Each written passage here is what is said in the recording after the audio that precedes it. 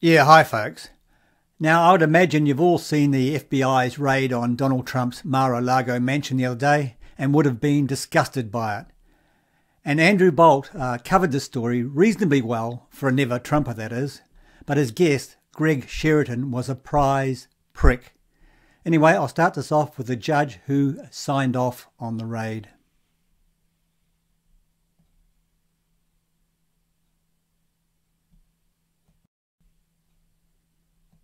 We're learning much more about the magistrate judge who signed off on the raid.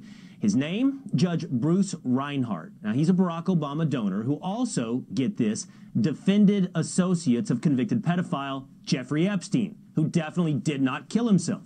Sean Davis is CEO of The Federalist, and he joins us to assess. Sean, great to see you tonight. What a coincidence, Sean.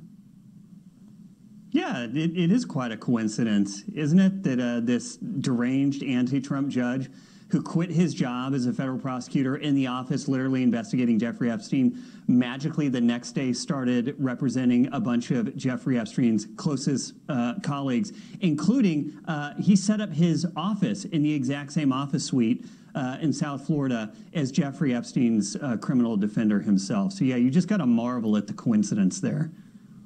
Sean, what in your estimation, and we've talked about this with others, but you have reported on this deeply. You've reported on what we have talked about tonight, the permanent class in Washington. What in your estimation is the true motivation about what we watched happen last night? Well, I think it's a declaration of war against the American public, against the half of the country, if not more, that doesn't want to be ruled by a bunch of corrupt oligarchs. It's easy to look at what happened and say, oh, it's just about Trump. It's just about, Donald Trump and, he's kind of different. It's not about anything else. No, this is about the ruling elites, the deep state, whatever you want to call it, the oligarchy, deciding that it is up to them to pick who we get to vote for, and that it's up to them to decide who gets to be on the ballot when Republicans vote. This was a declaration of war against the American public for having the audacity to think they get to decide who represents them, because it is obvious what this was about. This was about disqualifying Donald Trump from ever running again. This is their kill shot to take out Donald Trump's political career. And unfortunately for them, I think it's going to backfire, but it's not going to undo the damage that they've done with these Stasi tactics. Anyway, now to Bolt. Faith in American democracy has got to now be near rock bottom, especially if you're a supporter of former US President Donald Trump. FBI agents have now raided Trump's home in Florida, Mar-a-Lago, apparently looking for classified documents. No, that's a ruse. So, what was this raid yesterday really about? Just a couple of months ago, former Trump White House official Kash Patel, he refuted the idea that classified materials were located at Mar-a-Lago. Kash Patel was chief of staff to the Secretary of Defense in the Trump administration, and he joins us now. Before we actually get to the deeper question, Kash, of whether or not this is truly about classified materials, were there classified materials in Mar-a-Lago? Hey, well, it's great to be with you. What I can tell you definitively is that President Trump was a transparency president, and time again, as the former Russiagate lead investigator under Chairman Nunes, who know where so many of the documents were buried and identified, we tried to get all of it out. And President Trump, on multiple occasions at the White House, declassified whole sets of documents, including, I remind you and your audience that around October of 2020, he issued a statement from the White House declassifying every document related to not just the Russiagate scandal, but also the Hillary Clinton email scandal. So that is a wide-ranging set of documents that the mainstream media is ignoring that order, not to mention his follow-up actions in December, I believe in January off the top of my head, before he left, where he issued declassification orders at the White House. And when the president says that, that's it. He's the unilateral commander-in-chief, right, and the sole authority on classification. Yeah, and that point has to be underlined, and it will be argued in the future. The president has the power to declassify. But, Kash, let's get to the crux of the issue. Is this about, in your estimation, classified materials? No. This is an invasion of our Constitution by government gangsters. And you have Al Capone sitting at the Department of Justice's headquarters talking to his buddy at the White House, and Eliot Ness isn't coming around the corner. This is about the continuation of getting Donald Trump to prevent him from being president ever again. They failed during the Russiagate hoax. They failed during impeachment 1, impeachment 2, Ukraine, Jan 6, and Mueller. They're running out of time on Jan 6. So now what? a nighttime or daytime raid of the president's home to see if they can stop him. And I highlight to you the person pushing this the most is the Clinton campaign and Mark Elias by touting a statute that doesn't even apply to the president of the United States. Allegedly removed from his office when he lost the presidency a year and a half ago. Now, Trump was furious, issuing a blistering statement saying this is prosecutorial misconduct, the weaponization of the justice system, an attack by radical left Democrats who desperately don't want me to run for president in 2024, especially based on recent polls. Now, such an assault, he says, could only take place in broken third world countries. Sadly, America has now become one of those countries, corrupt at a level not seen before. Well, Trump supporters have rushed to Mar-a-Lago to protest at the raids, and the conservative media in the US exploded. This is some third world bull right here. Let me say it again, third world bull. I mean every word of that. I don't care that it's cable news. I was a federal agent. I raised my right hand, and I swore to protect and defend the Constitution of the United States, and I love this country. This is a freaking disgrace. A disgrace. We don't live in Cuba. Senior Republicans also piled on. Kevin McCarthy, the Republicans' leader in the House of Representatives, agreed, saying the Department of Justice has reached an intolerable state of weaponized politicization. Now, I don't know if this raid was justified or not. I mean, it's true that Trump did take 15 boxes of documents from his office, but returned them to the National Archives many months later after threats of legal action. Are some documents missing? So whether this raid was really necessary, I can't tell. True, I also do not trust Donald Trump to always do the right thing or even the lawful thing. And I thought, for instance, his refusal to admit to being beaten in the election was reckless and dangerous, poisonous even. But let's not mention Hillary Clinton, who did the same. I believe he knows he's an illegitimate president. He knows that there were a bunch of different reasons why the election turned out the way it did. And I take responsibility for those parts of it that I should. But Jane, it was like applying for a job and getting 66 million letters of recommendation and losing to a corrupt human tornado. And so I know that he knows that this wasn't on the level. Clinton raised that critique up a notch. She not only questioned the legitimacy of Trump's presidency, but she refused to rule out the possibility of contesting the results. That is, if Russian collusion is proven by special counsel Bob Mueller. The Russian collusion hoax she created.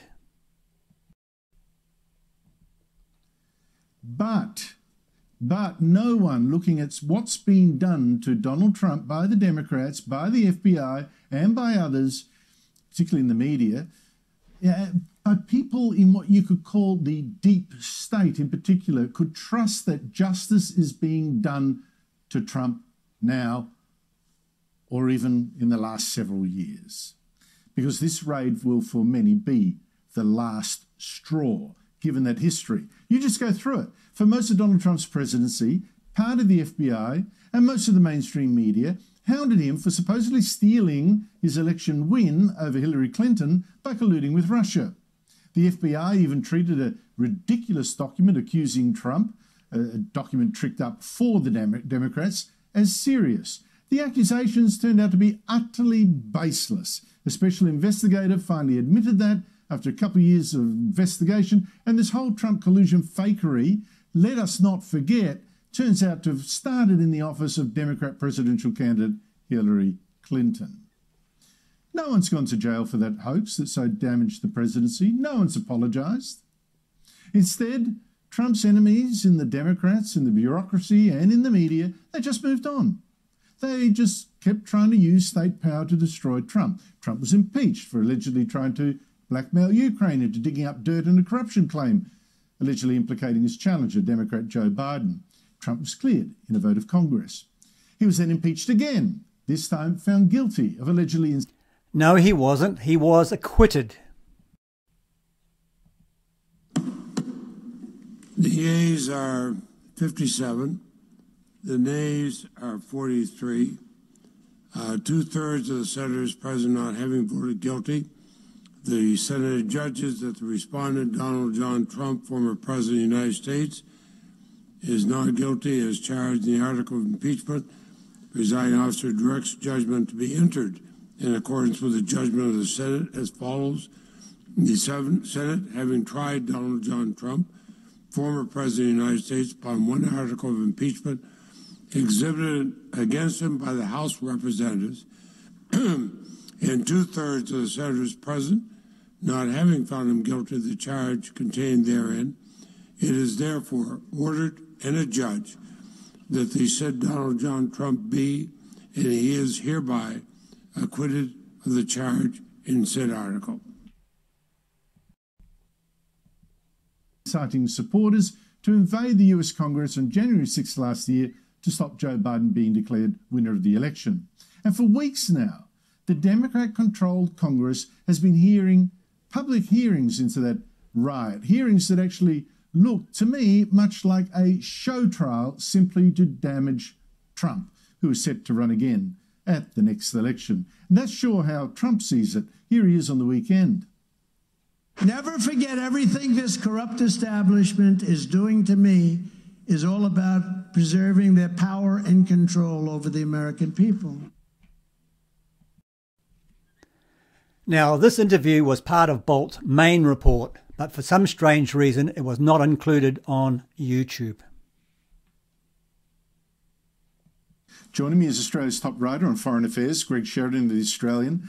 Greg Sheridan, great to see you. This raid on Donald Trump's home, do we have any clue what it really is about? Well, Andrew, Trump is someone who always lives on the edge of illegality in his, business dealings and in his political dealings. He's a bit like the Chinese Communist Party. He's brilliant at that grey zone, flirting right on the edge of illegality. I guess the FBI knows the House will be won by the Republicans in November, so their actions will be scrutinised then. However, the best conspiracy theory I heard about this is that this is designed to help Trump win the Republican primary. You see, all of the Trump candidates who have won Republican primaries, the Democrats have been donating a lot of money to them. They want the Trump candidates to win. And in all kinds of states, Pennsylvania and Georgia, where the Republican candidates should be miles and miles ahead because Biden is so much on the nose and the Democrats are so much on the nose, but Mehmet Oz and all these other wacko crazies that Trump has got up in Republican primaries, they're behind the Democrat incumbents. So this should be a wave election for the Republicans. They should sweep the House and sweep the Senate, and they might lose the Senate because of Trump.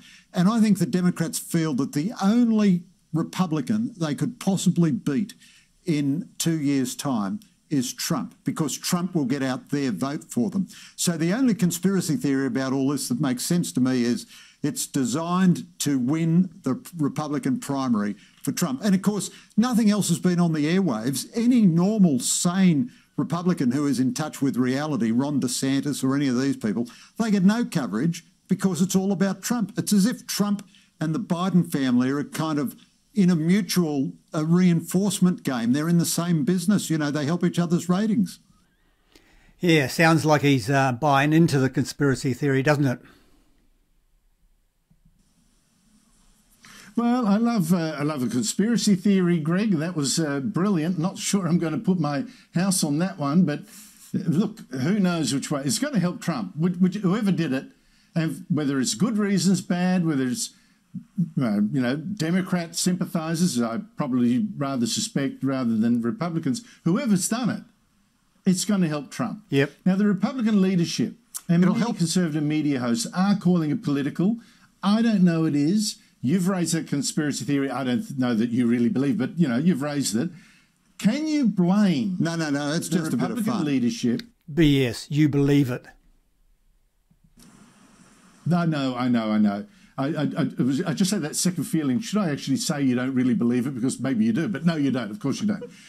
But can you blame them for being suspicious after everything else that's been done to Trump? Like, this raid might be genuine, boy, it comes after a lot of stuff that wasn't. Well, the only time I ever feel any sympathy for Trump is when I hear his enemies in the Democratic Party and CNN rabbit on about him. Trump is really a despicable person who will kill the Republican Party. You complete buffoon. The following people are killing the Republican Party. The Democrats don't have grandstanders like Mitt Romney, Little Ben Sass, Richard Burr, Bill Cassidy, Susan Collins, Lisa Murkowski, Pat Toomey. And in the House, Tom Rice, South Carolina, Adam Kinzinger, Dan Newhouse, Anthony Gonzalez, that's another beauty, Fred Upton, Jamie Herrera Butler, Peter Meyer, John Katko, David Valadeo, and of course the warmonger, a person that loves seeing our troops fighting, Liz Cheney. How about that? Yeah, and you can add Mitch McConnell to that list as well. They are all left-wing imposters, the same as the ones that have destroyed the Liberal Party in Australia and the National Party in New Zealand.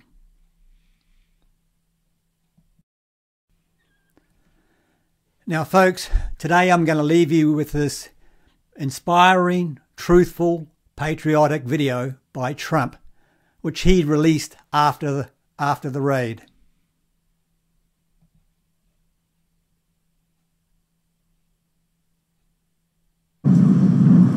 We are a nation in decline.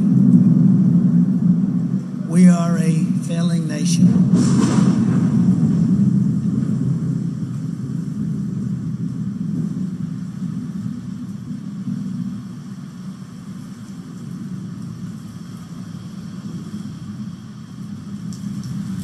We are a nation that has the highest inflation in over 40 years, where the stock market just finished the worst first half of a year in more than 5 decades.